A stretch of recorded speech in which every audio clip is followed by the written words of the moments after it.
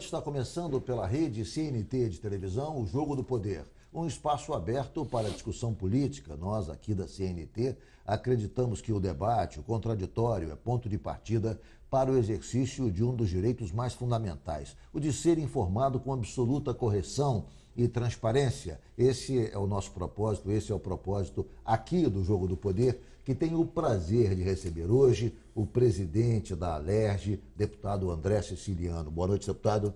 Boa noite, Ricardo. Boa noite, Cláudia. É um prazer estar aqui mais uma vez. Para participar da entrevista, convidei mais uma vez o jornalista Cláudio Magnavita, editor-chefe do Correio da Manhã. Boa noite, Cláudio. Boa noite, Ricardo. Um prazer enorme estar aqui e, principalmente, ter a honra de aceitar o seu convite para entrevistar essa personalidade da política fluminense, que é o nosso presidente André Siciliano. É verdade. Eu quero começar falando por isso e falando sobre isso, que foi a sua reeleição, presidente. O senhor foi reeleito com uma certa unanimidade na casa. Teve votos até do PSL, o senhor, do PT, ou seja, um apoio unânime. Até aqueles que não votaram no senhor, se abstiveram, fizeram elogios no microfone ao seu trabalho na gestão anterior. Como é que o senhor, que tipo de análise, que tipo de interpretação o senhor dá a essa unanimidade na casa que o senhor obteve? Bem, na verdade, nós tivemos 64 votos de 69. Tivemos três votos contrários e 2 abstenções. Na verdade, Ricardo, isso foi fruto daquele trabalho que nós realizamos naquele período, onde eu fiquei interino, que foi julho de 17 até janeiro de 19. Eu era o segundo vice-presidente. Na verdade, eu era o interino do interino, Cláudio, porque o primeiro vice era o nosso querido, saudoso Wagner Montes. Então, isso possibilitou da gente implementar um novo ritmo na Assembleia. Nós ouvimos mais os partidos, fizemos pautas de comum acordo com as lideranças dos partidos, ampliamos os debates no Colégio de Líderes, que já existia, e a gente fez um trabalho de trazer os deputados e as bancadas para a administração da casa do dia a dia. E aí veio a eleição de 18, né? Onde a partir de 19, aí sim, eu montei uma chapa, foi chapa única. Na ocasião eu tive 49 votos, né? Tive votos contrários do PSL e tive algumas abstenções e tinha naquele momento 5 deputados que estavam fora da Assembleia. Agora, nós tivemos os votos contrários, muito por questões ideológicas do PSL, mas mesmo assim... Mas o senhor foi eleito na primeira vez no auge da polarização ideológica do Brasil, ou seja, um deputado do PT venceu a eleição no momento mais acirrado da polarização. Quer dizer, o senhor conseguiu superar aquele momento com a sua capacidade de diálogo. Foi isso, presidente? Na verdade, é como eu falei, né? Isso foi uma construção, não só da questão do período que fiquei interino, mas é o nosso perfil de tratar, de discutir as matérias, de ter transparência nas discussões, e de todos os partidos, todos. Eu lembro bem, eu tive meu primeiro mandato no ano de 99 e 2000. Depois eu me elegi prefeito 2 vezes da cidade de Paracambi, qual eu tenho um grande orgulho. Mas lá em 99, o jornal O Dia tinha uma coluna que tinha uns bonequinhos. E uma vez eu ganhei um coraçãozinho lá, o queridinho. Os deputados queridos, desde o PFL, naquela ocasião, ao PCdoB. Porque a gente, nas comissões, a gente tem uma forma de tratar, respeitando as questões ideológicas, mas muito firme. E respeitando a posição dos deputados, porque eu sou o representante dos 69 parlamentares. Então, eu tenho que me comportar como os parlamentares se comportam diariamente no plenário. Mas a sua trajetória começa como um vice que ficou em exercício. Esse negócio de ser vice no Rio é um bom negócio, então, né? Mas a gente precisa, o Rio precisa de paz, o Rio precisa de tranquilidade. Ricardo e Cláudio, eu tenho falado com os chefes de poderes aí dos entes que assumiram nesses últimos meses, que cada um precisa fazer o seu trabalho, fiscalizar, julgar, mas a gente precisa de paz. O Rio de Janeiro vive uma quadradura difícil. O Rio de Janeiro, muitos podem achar que o Rio de Janeiro é o filho perdurário da federação. Ao contrário, o Rio de Janeiro é o segundo PIB do Brasil e é o 13º estado em arrecadação per capita de ICMS. É o 17º estado em arrecadação total dos impostos. Então, não é o filho perdulário, né? O Rio de Janeiro tem alguns problemas começa, alguns dizem que foi quando sai a capital daqui, outros dizem que foi a fusão, e é um conjunto. Eu diria que a Constituição de 88 tirou um direito sagrado do Rio, que era de taxar o ICMS do petróleo. Depois vem 2001, quando um parlamentar da bancada do Estado do Rio de Janeiro, parlamentar federal, apresenta uma emenda constitucional no Congresso, e aí tira também o direito nosso de taxar os derivados de petróleo, o ICMS. Então, Não vai dar o nome desse deputado. duas únicas... Deputado Márcio Forte. Eu sei. Porque a gente tem muito complacente com a história.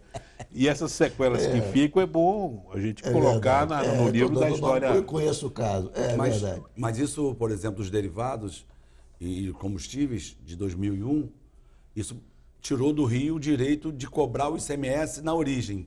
Nós só temos duas mercadorias, eu diria, que você taxa só no consumo, que é o petróleo e a energia. Foi justamente isso lá em 88, aquela famosa emenda do Serra, onde o estado que mais consumia, o estado de São Paulo, ele defendendo o estado dele, dizia que petróleo e energia só seria taxado no Já que destino. estamos falando nesse assunto... Cobrado, na verdade, no destino. Já que estamos falando nesse assunto, nós sabemos que tem uma questão que está colocada na mesa de conciliação do Supremo Tribunal Federal, que é a questão da divisão dos royalties, já que foi aprovada uma nova divisão pelo Congresso, que teve uma liminar da ministra Carmen Lúcia que sustou o processo, mas, enfim, isso está sendo discutido. O senhor não acha que nessa rediscussão da questão dos royalties, é preciso que o governo federal, que ficou com a maior parte, que menos perdeu nessa nova redistribuição, abra mão de alguma coisa em nome desse entendimento? Porque se o governo federal, parece que caiu de 54 para 46 a participação dele... 50 para 46. 50 para 46. Na participação especial. Ou seja, ele perdeu 4%, enquanto os estados perderam Os estados produtores perderam 50%. Os municípios também perderam muito mais. O município sai de 26,25 vem para 4, 1,75. Então, com essa informação, fica claro que quem precisa abrir mão para se construir um entendimento é o governo federal. O senhor concorda? O governador Cláudio Castro esteve aqui, disse que já conversou sobre isso com o ministro Paulo Guedes, que há da parte do ministro o entendimento de que precisa realmente haver uma manifestação do governo federal em direção ao entendimento, abrindo mão de alguma coisa. A solução é essa, na sua avaliação? Ricardo e Cláudio, nós temos 26 estados e um distrito, não é isso? Distrito Federal, 27 unidades da federação. Toda vez que você discutir no Congresso uma redistribuição de receita ou de recursos entre os estados, nós só temos 3 estados que eu diria que tem outros estados do Nordeste que estão avançando, mas os grandes são o estado do Rio de Janeiro, com em torno de 80% da produção de petróleo e derivados, petróleo e gás, São Paulo aí com 10%, agora, 11%. O Espírito Santo. E o Espírito Santo 7, 8% da produção, eu diria, da grande produção de petróleo. Então, muitas das vezes, o próprio estado de São Paulo, algumas discussões no Congresso, ele não fica do lado dos produtores, porque ele, como é mau consumidor, o estado consumidor também não fica. Mas no calor da discussão do novo modelo de concessão, se era concessão ou partilha, se o óleo, naquele momento, tinha que ser do governo, ou as empresas pagavam para explorar, que é o modelo de concessão, com o advento do pré-sal, se mudou essa forma de você fazer a concessão. Então, virou partilha. Por exemplo, tem alguns campos que foram para as licitações, setembro de 2017, outubro de 2017, saíram blocos com 80% do óleo para o governo federal. É o modelo de partilha, porque tem tanto óleo que a empresa que concorre, sabendo que tem ali uma quantidade grande, ela abre mão, diz que é o óleo lucro. Então, ela fica com 20% do lucro e o governo com 80%. Nesse calor de uma nova discussão da concessão ou partilha, se mudou a forma da repartição dos royalties, que é um direito constitucional que os estados produtores e os municípios têm. Então, aí foi votado no Congresso, e aí, como eu falei, 3 com interesse contra 24, Numericamente é imbatível, né? Eu brinco que 3 só ganha de 24, Cláudio, em luta de Kung Fu.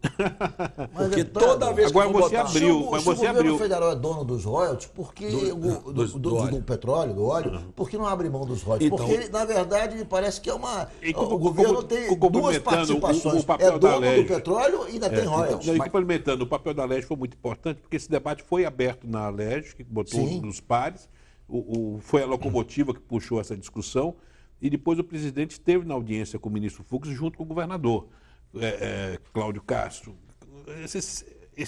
Mas- o papel do STF ainda é importante nisso. Muito né? importante. Mas o que eu queria chegar nessa? Eu queria falar um pouquinho do passado, porque como o Ricardo colocou, os estados produtores ganhavam 40% da participação especial, que significa 2/3 de todos os royalties que o estado arrecada. E o governo federal 50%. E 10% divide fundo de maneira mercante em outros entes, municípios.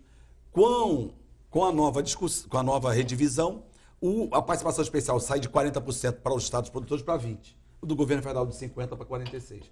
Eu tenho conversado com alguns parlamentares de algumas bancadas fora do estado do Rio de Janeiro, e porque nós estamos por uma liminar já desde o ano de 2013. Às vezes se pauta essa ação para discutir a liminar, porque é um risco muito grande do estado do Rio perder, porque o estado quebra.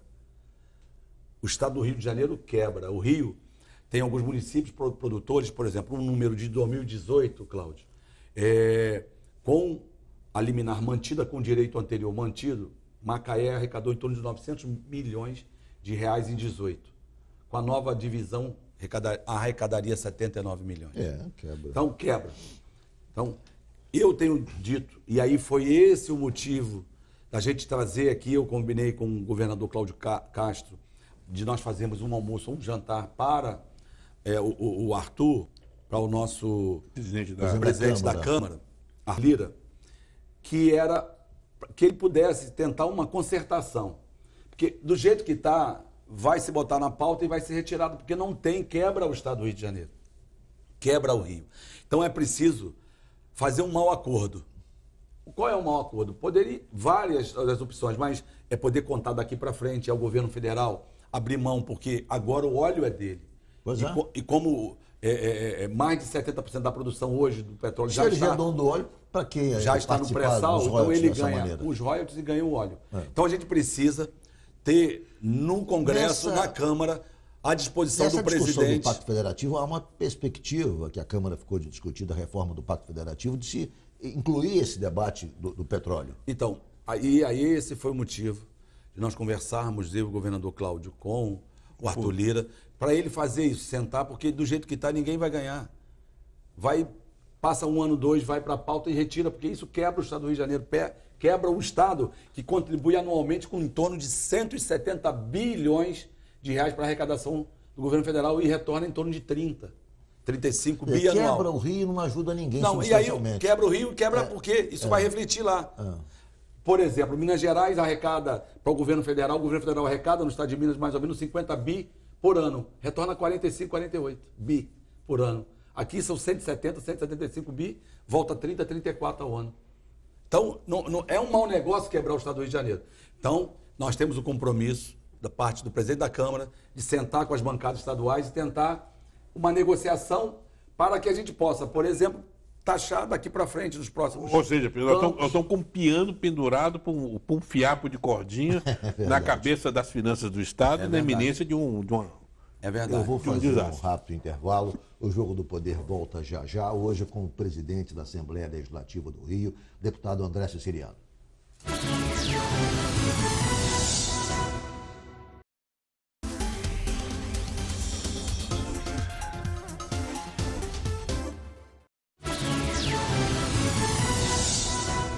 Nós voltamos com o Jogo do Poder, recebendo aqui o presidente da Alerj, o deputado André Siciliano, contando com a participação do jornalista Cláudio Magnavita, do Correio da Manhã.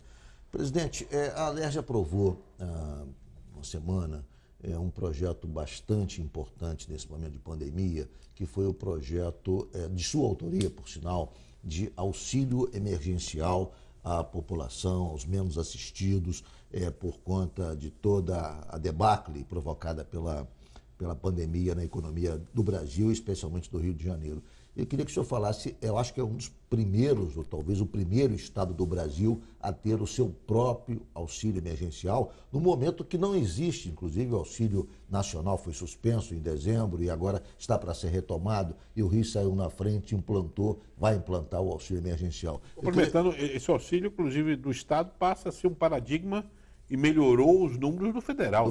Porque... Eu queria que o presidente explicasse um pouco a extensão do projeto, quantas famílias serão beneficiadas, enfim, e de onde virão os recursos para fazer frente a uma medida tão importante como essa. Bem, Cláudio e Ricardo, eu apresentei um projeto de lei, o PL 3488, que nós votamos na última semana, foi aprovado por unanimidade, um projeto que visa dar um auxílio nos moldes do governo federal com critérios.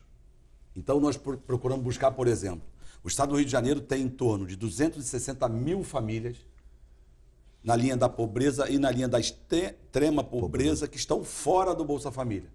Então, esse é um dos critérios.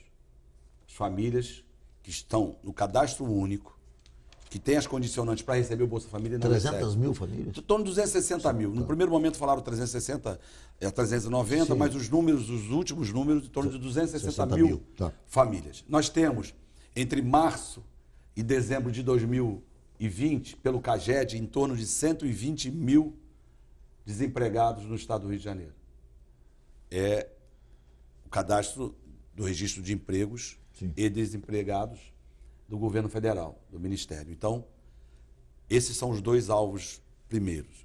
Temos também aqueles que têm, na sua autonomia, na sua possibilidade de ter os seus recursos ambulantes e tal.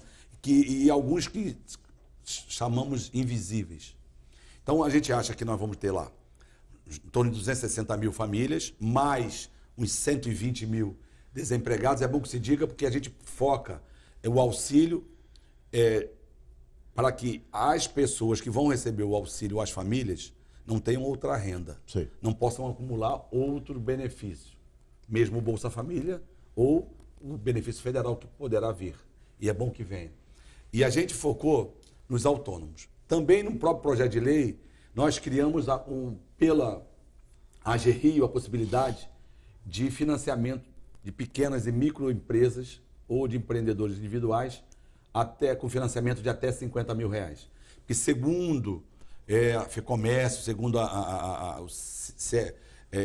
Confederação dos Lojistas do Estado do Rio de Janeiro, até 50 mil reais foi aonde o governo federal não conseguiu atingir com o financiamento do governo federal. Sim, sim. Então, a gente abriu essa possibilidade. Pequeno restaurante, aquele empreendedor que tem uma pessoa jurídica que faz o transporte, por exemplo, de alunos para as escolas particulares, que muitas das vezes, por conta da pandemia, perdeu essa renda. Então, ali tem uma possibilidade dele tomar um empréstimo via AGRIO, sem burocracia, até 50 mil reais. Com 6 meses de carência e com 60 meses para pagar.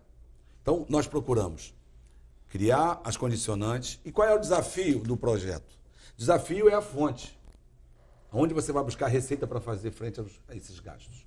Então, nós temos alguns fundos no Estado do Rio de Janeiro. E temos um que chama Fundo Estadual de Combate à Pobreza, que é usado o recurso para pagar pessoal, para pagar passagem. Vários são os destinos desse fundo. Poucas vezes para combater a pobreza. Então, nós estamos propondo a desvinculação de 30% desse fundo. A gente acompanha diariamente a arrecadação, Ricardo. E esse ano, seguramente, nós vamos arrecadar mais de 5 bilhões de reais no fundo. E a ideia é que a gente possa desvincular 30% desses recursos 1,5 bilhão para fazer frente a essas despesas. Temos outros fundos, por exemplo, um fundo que se muito discute, que parte dos royalties vai para lá, que é o FECAM. O maior defensor desse fundo, um dos maiores, é o deputado estadual Carlos Mink, nosso decano. E ele falou, nós estamos na emergência. Se tiver que usar parte do FECAM para que esses recursos sejam destinados às famílias para alimentação, porque nós queremos, 300 reais não mata a fome, não resolve a vida de ninguém, mas mata a fome. Mata a fome. É isso. 300 reais não vai resolver. Mas o FECAM é fundo? Ele efetivamente é um fundo? É um fundo. É o Fundo Estadual de Conservação do Meio Ambiente. Muitas das vezes o fundo fica com 800, 1 bi por ano, e esse recurso serve só para fazer superávit. Temos outros fundos, mas esses são os dois grandes fundos. A gente acredita que no ano de 2021 nós podemos ter aí em torno de 2 bi a 2 bi e 700 dos fundos. Temos muitos outros fundos para que a gente possa... E sendo o fundo não impacta na questão da recuperação fiscal? Inclusive, nós já autorizamos lá em 19 a desvinculação de 30% desses fundos. Nós temos, por exemplo, a possibilidade, e aprovamos assim, do saldo financeiro de 2020 para 2021. Nós estamos falando de saldo por quê? Em 2019, o Estado pagou quase 4 bilhões de reais a pagar. Em 2020, com a pandemia, nós perdemos receitas, mas muitas receitas na área da participação especial dos royalties. Por quê? Petróleo, que era 50, 60 dólares, veio março, abril e maio, chegou a bater 16 dólares o barril. Hoje está em 65. Então, eu não tenho dúvida que esse ano nós vamos arrecadar mais do que o ano anterior. Então, nós não estamos pagando, por conta do plano de recuperação, os serviços da dívida. Nós vamos ter em torno de 2,5 bi nos fundos. Nós temos um saldo significativo, mais de 2 bilhões de 2020 para 2021, e nós também destinamos recursos da lei que nós aprovamos em dezembro, que fala do refis, que é a lei do refinanciamento das dívidas. Estimado, conjunto da estimado em mais de 1 bi de reais. Então, seguramente, e mais o próprio orçamento, porque esse ano de 2021 está se mostrando já nos primeiros meses que, logicamente, não dá para comparar janeiro de 2021 com janeiro de 2020, Sim. Que a pandemia vem muito fortemente na segunda quinzena de março, mas a expectativa é de arrecadarmos mais. Não tenho dúvida que nós vamos ter aí uns 2 bi para investir nessas famílias, investir na transferência de renda, e mais 1 bi, 1,5 bi para financiamentos de pequenas e microempresas e o empreendedor individual. Isso que disse aqui o Magna Vitor anteriormente, há algum tipo de conflito entre essa medida e o plano de recuperação fiscal? Não, seguramente você vai dizer, poxa, mas o Rio está quebrado, está fazendo uma recuperação e ele vai destinar recursos para terceiros, mas nós vamos dar condição da família, com esse recurso, injetar no comércio, fazer a economia girar. E nós vamos desvincular do que já foi desvinculado em 19. Sim. Nós precisamos do seguinte, por exemplo, no ano de 2020, a educação deixou de investir mais de 1 bilhão e 800 milhões de reais, porque as escolas pararam. Sim. Tem o custeio da máquina, mas o salário, os encargos, mas as escolas pararam. Isso também se deu na ciência e tecnologia, se deu em muitos fundos, como o Fundo Estadual de Habitação de Interesse Social. Perfeito. Mas a questão é humanitária, quer dizer, o que tem que se entender é que nós estamos numa pandemia. Aliás, na semana passada, quer dizer, no dia 25, completou-se um ano do primeiro caso de Covid no Brasil, quer dizer, nós estamos vivendo um caos social. E esse stop que o governo federal deu tem sido traumático, tem gente passando fome, e basta saída, porque nós vivemos no Bolsão, para concluir, de uma capital, mas quando a gente anda 50 quilômetros aqui, a realidade é bem diferente. Não precisa andar 50 quilômetros. A gente tem bolsões na própria capital que você olha para o lado e para cima e você vê. A região metropolitana do Rio é uma região muito carente, a Baixada Fluminense especial. Então, como veio a ideia do auxílio? Quando em novembro começou a se anunciar que o governo não estenderia mais a partir de dezembro o auxílio, eu procurei o governador Cláudio Castro, e a Assembleia tem um fórum de discussão com as entidades, com as universidades, com as entidades de classes, com a Firjan, pensadores econômicos e comércio. E a gente falou em algumas reuniões da ideia de implementar um auxílio emergencial no Estado. O governador falou que apoiava. Então, tudo que foi feito, a minuta do projeto, né, a discussão na Assembleia, o governo acompanhou, mandou os técnicos, e agora também na regulamentação será igual. Deputado. Eu não tenho dúvida. Então, para quê? Por quê? Para quê e por quê? Lá em novembro, eu disse isso e tem reuniões gravadas. Mais de 2 reuniões, 3 ou 4 reuniões. Se o Estado não voltar, ou o governo federal, com auxílio, se o Estado não tiver, passado abril, maio, nós vamos ter uma convulsão social. Essa pandemia, ela não acabou, ela está vindo com mais força, infelizmente, e a gente precisa, qual é a solução? A vacina. Deputado. Se a gente vacina a população, vacina os moradores do Estado, a gente tem a economia de volta. Deixa eu fazer aqui porque sem a vacina não há saída para a economia. Uma pequena provocação. A medida tem um alcance social tão grande, tão impactante, que ela suscitou uma discussão. O deputado André Siciliano vai se fortalecer tanto que deve ser candidato a governador, alguma coisa na próxima eleição. O que tem por trás disso, deputado? Não há nada disso, eu só sou candidato a deputado estadual, nada mais.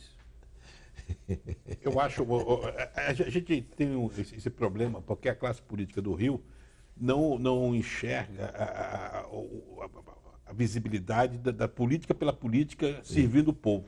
Sempre um interesse pessoal. É impressionante como a questão do fundo. E nessa questão que você colocou, Ricardo, é muito importante porque a estabilidade política, a reeleição do presidente da Alerj, a pacificação e a unidade da Alerj está atraindo investimentos. A mesma coisa com a estabilidade que se alcança hoje no governo do Estado. Isso está atraindo investimentos. Eu queria dizer o seguinte, eu acho que tanto a minha posição na Assembleia como a posição do governador Cláudio Castro, nós precisamos fazer uma travessia de tudo que foi para trás e para frente. Então, tenho muita tranquilidade, pés no chão, que eu estou ali para cumprir um papel de fazer essa travessia. Porque agora foi a reeleição da mesa. E eu não vejo com bons olhos o sujeito se perpetuar 3, 4, 5 mandatos como presidente da Assembleia. Precisamos oxigenar. A Assembleia teve uma mudança grande, né, de 70 cadeiras. 36 novos deputados assumiram no ano de 2019 e a gente precisa isso. Eu tenho a consciência... mandato tem como foco isso, quer dizer, produzir, desconstruir essa travessia, quer dizer, depois de tanta crise, tanto trauma na política, na administração do Rio, quer dizer, esse seu segundo mandato, o objetivo central, você busca exatamente isso, quer dizer, esse é o projeto? Bem, primeiro, a gente dando continuidade, é o que nós fizemos já a partir de 17. Sentar, discutir as pautas com todos os partidos, com os líderes, fazer uma assembleia propositiva. A Assembleia, no ano passado, economizou mais de 500 milhões de reais, Cláudio. De um orçamento de 1 bi 200 milhões, nós economizamos mais de 500 milhões de reais. Isso possibilitou fazer um apoio à Fiocruz, à Universidade Federal. Quem ganha com a demonização do Legislativo? Porque a gente tem visto uma onda de matérias, editoriais, até pessoas que já passaram pela Alerj escrevendo agora contra a Alerj. Quem ganha com a demonização do Legislativo? Tem uma máxima que eu gosto de falar que diz o seguinte: alguns amam odiar a Alerj. Os nossos custos é 1/3 de outros estados da Assembleia, de pessoal, de gabinete. A média de salário é R$ 3.800. Assembleias aqui no entorno, a média de salário de assessores, R$ 10.400. É só olhar para a Lesp. Nós passamos o ano de 18, e aí nós gastamos 2015, 2016, 2017, até agosto de 2018, R$ 490 mil de passagens e diárias. 490 mil. Quase 4 anos. Um estado da região sudeste gastou em 2017 9 milhões, só em 2017, 9 milhões e 100 mil reais de passagem e diária. Um estado da região sudeste, uma assembleia. Mas a gente foi questionado por que a gente tinha gasto 45 mil reais de passagem no ano de 2018. Presidente, eu vou fazer um rápido intervalo, a gente volta daqui a pouco com o presidente da Alerj, André Siciliano, aqui no Jogo do Poder.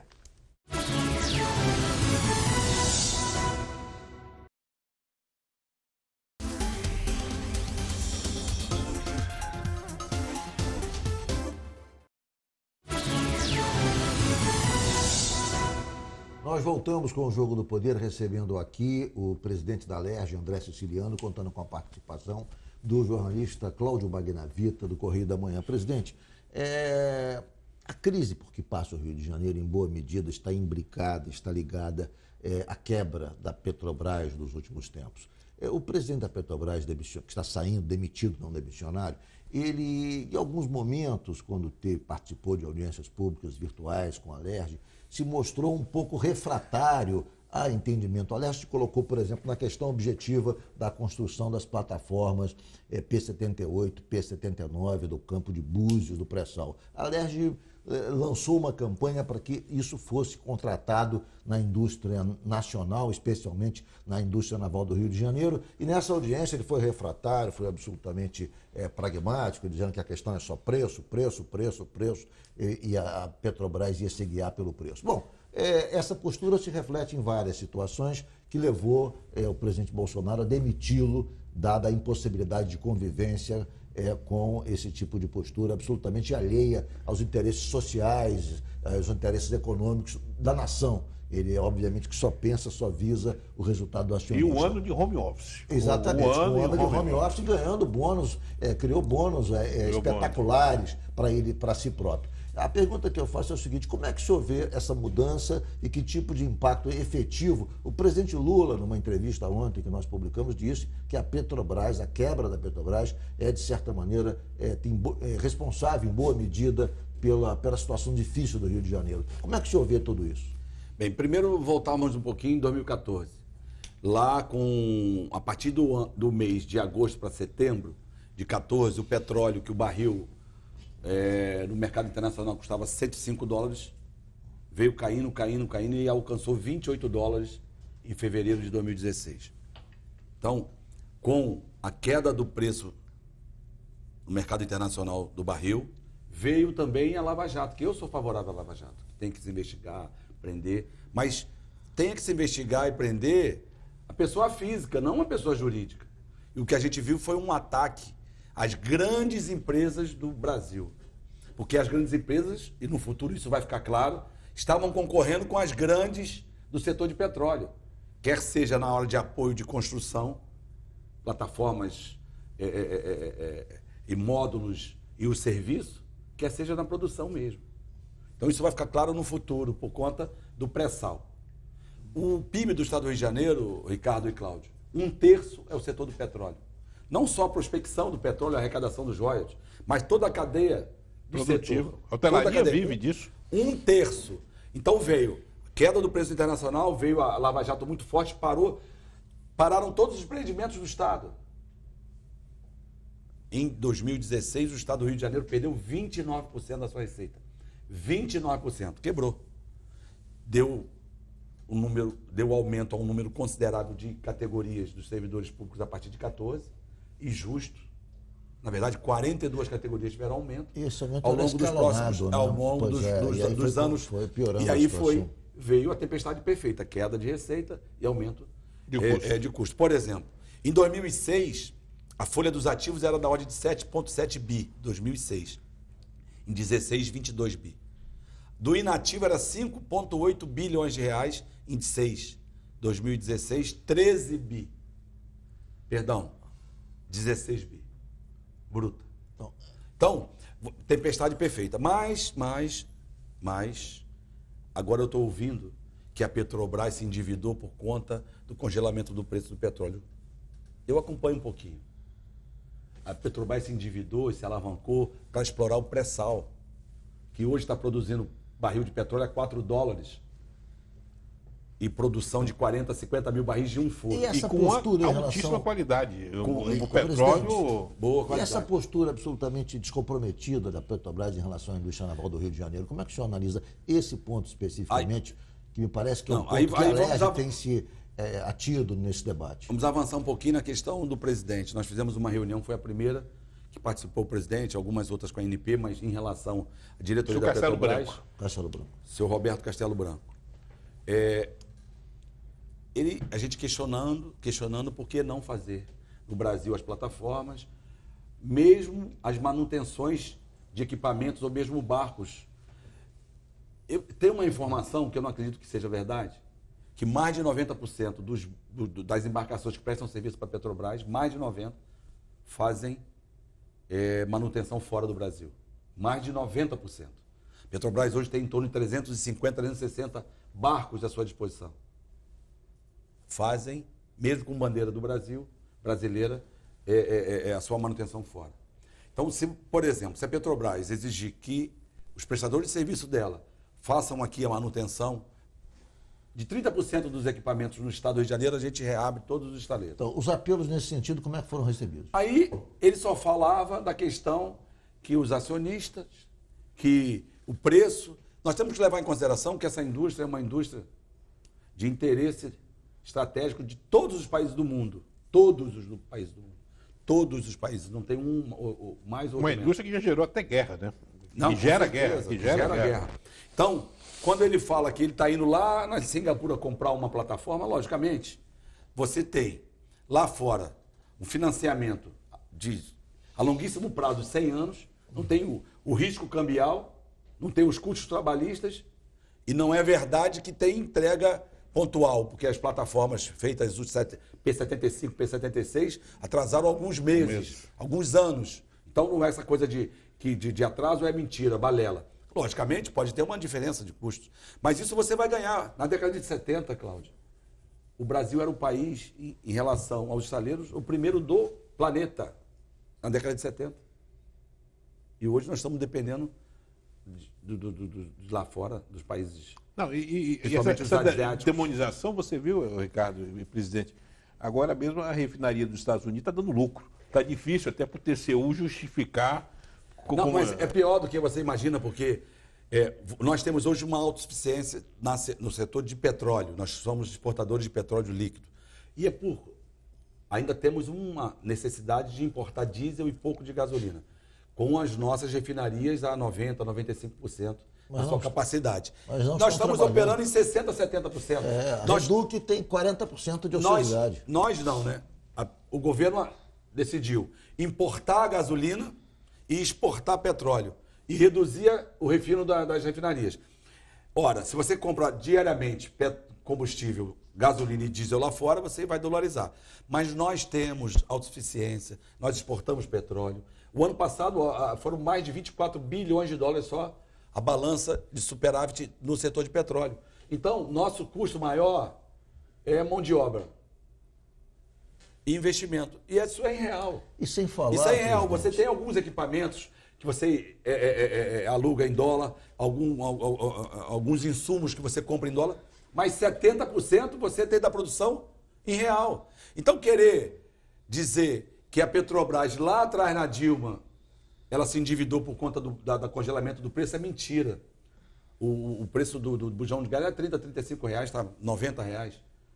Porque você, quando produz alimento, 30%, 40% da produção do alimento é combustível, de transporte, de plantar. Presidente, sem falar na questão do Comperj, que o investimento, foram milhões de dólares colocados ali, foram abandonados, aquilo que poderia ser um polo para fomentar a economia do Rio de Janeiro, para induzir, para indutora da economia do Rio de Janeiro, foi abandonado e a solução que foi dada é uma solução a meia boca, quer dizer, a Petrobras me parece um pouco madrasta, embora situada aqui no Rio de Janeiro, embora sediada aqui, ela olha o Rio de Janeiro com um certo desdém. Mas a questão do Comperj... Eu concordo, eu tenho muita fé do general Luna. E parece que essa visão social... Mas o que é importante? Quando você adota o preço internacional do combustível, porque o petróleo está em 65 dólares hoje. O petróleo vai e você tem que aumentar, porque você compra em dólar. Quando você produz aqui, refina aqui, e você tem autossuficiência do petróleo, você pode estabilizar o preço. Perfeito. E quando a Petrobras se endividou sim. Foi para captar recursos, para investir no pré-sal, para produzir petróleo a 4 dólares o barril. Hoje o mercado internacional, 65 dólares o barril. É 4 dólares. E no pré-sal, são mais de 2 milhões e 100 mil barris dia no pré-sal já. Você está produzindo petróleo a 4 dólares. Faz um furo, Magna, onde você tinha 10, 15 mil barris dia, perspectiva, estão produzindo 50 mil barris, 60 mil barris. Presidente, eu quero... Então, como você mesmo disse, petróleo de alta qualidade, por um preço, por conta da tecnologia, da curva do aprendizado da Petrobras, da tecnologia gerada aqui e mais. E aí, para encerrar esse tema, investimento feito. A Petrobras pode falar de preços na hora da contratação das plataformas, dos barcos, mas tem que levar em consideração, primeiro, ela é uma estatal. O maior acionista é o governo. E ela foi constituída com os impostos dos brasileiros. Então, alto lá que ela tem que só pensar em lucro, porque ela tem um papel social. Olha quanto está o preço do gás. De novo. E a reserva de mercado é feita para isso. Mas o atual presidente abandonou essa visão social e visou exclusivamente o lucro. Eu queria Os bônus dos acionistas. E os bônus próprios também, da própria diretoria. Sem falar, Ricardo e Cláudio, a Petrobras hoje tem 10 bilhões de reais de discussão judicial com o Estado, mais 16 bilhões de reais discutidos administrativamente. Que se nega a pagar. 26, não, pagou ano passado em torno de 2 bi, por conta do Repetro, que a gente reduziu o ICMS, fixamos o ICMS.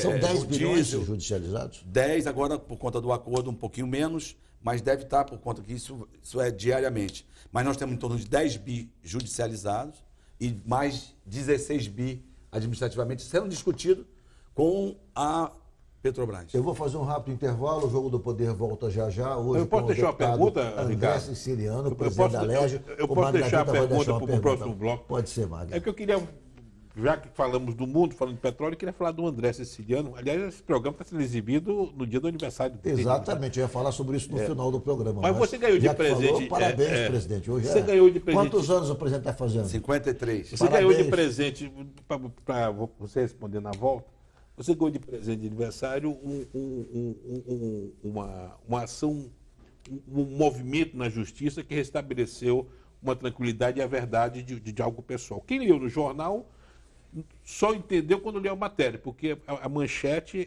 não dizia nada e até ligava você a agiota. Mas quando lia a matéria, via que a matéria lhe isentava de muita responsabilidade do que foi colocado. O presidente vai responder isso depois do nosso intervalo. Voltamos em 1 minuto. Hoje com o presidente da Alerj, André Siciliano.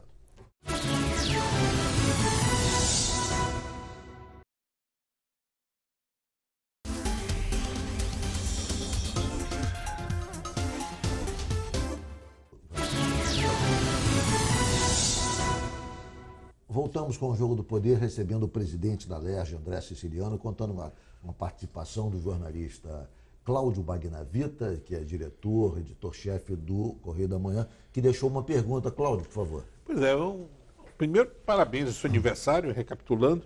E você ganhou na semana do seu aniversário um passo importante da Justiça, que foi vir para a primeira instância, algo que lhe dará agora a chance de um processo amplo de defesa que não estava tendo. Agora, quem leu os jornais achou que você estava envolvido com a agiotagem, enquanto, na realidade, quem lê a matéria descobre que, pelo contrário, você foi isento de alguma responsabilidade que tentaram lhe impor. Esse tema é o tema da rachadinha. Porque eu tive, num período de 8 anos no gabinete, por um ano uma pessoa, depois mais 3 pessoas, que tinham uma loja de material de construção, então girou muito recurso na pessoa jurídica e na pessoa física. Entrada e saída de recursos. E aí, a famosa rachadinha. 20 e poucos bilhões de reais, 23, 25, 45, 49, aí tem de tudo. Mas eu não posso defender CPF nem CNPJ de ninguém. Então, não sei se é 20, se é 30, se é 40, mas é por aí o que saiu nos jornais. Primeiro momento era que no meu gabinete existiria rachadinha, Cláudio. Depois passou a desconfiança do Ministério Público que o de recurso seria meu. O próprio relatório do MP diz que dessa movimentação, mais de 80% foram feitos em cheque, de pessoas jurídicas.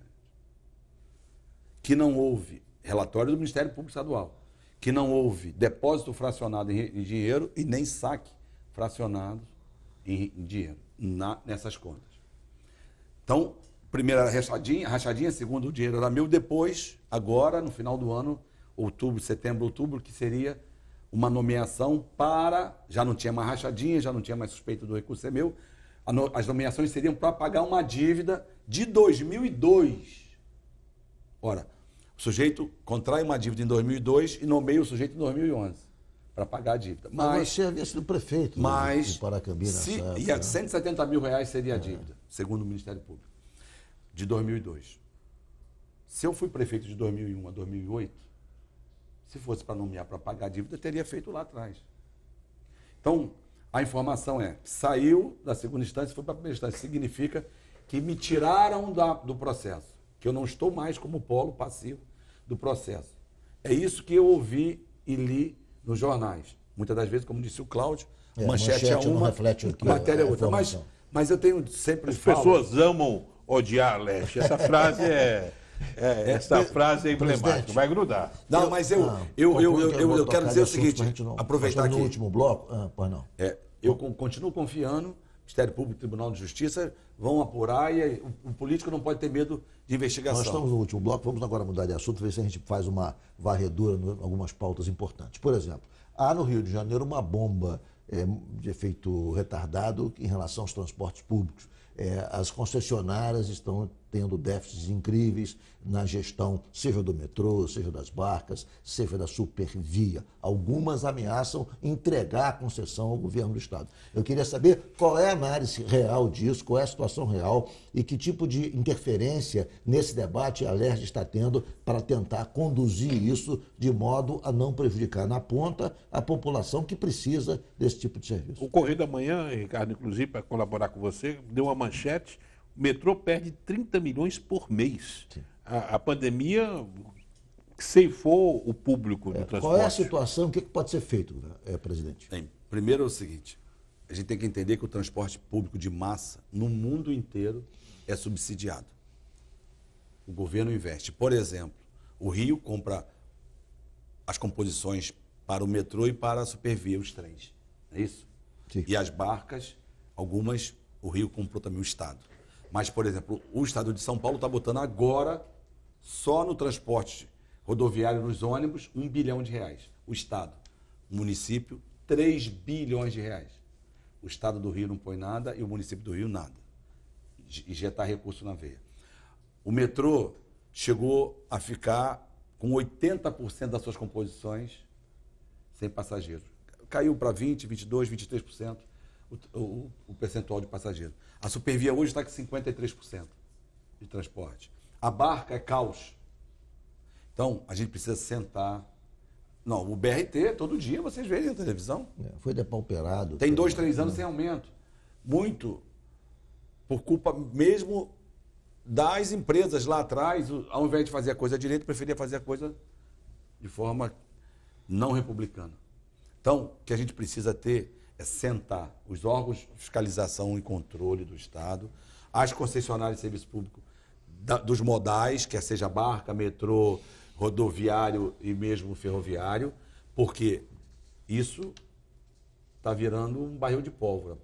Por exemplo, quem tem a concessão da supervia está ameaçando parar. A concessão das barcas, desde 2015, eles estão tentando devolver para o Estado. Barcas têm um acúmulo de um déficit de R$1 bilhão até agora, dezembro de 2020. R$1 bilhão.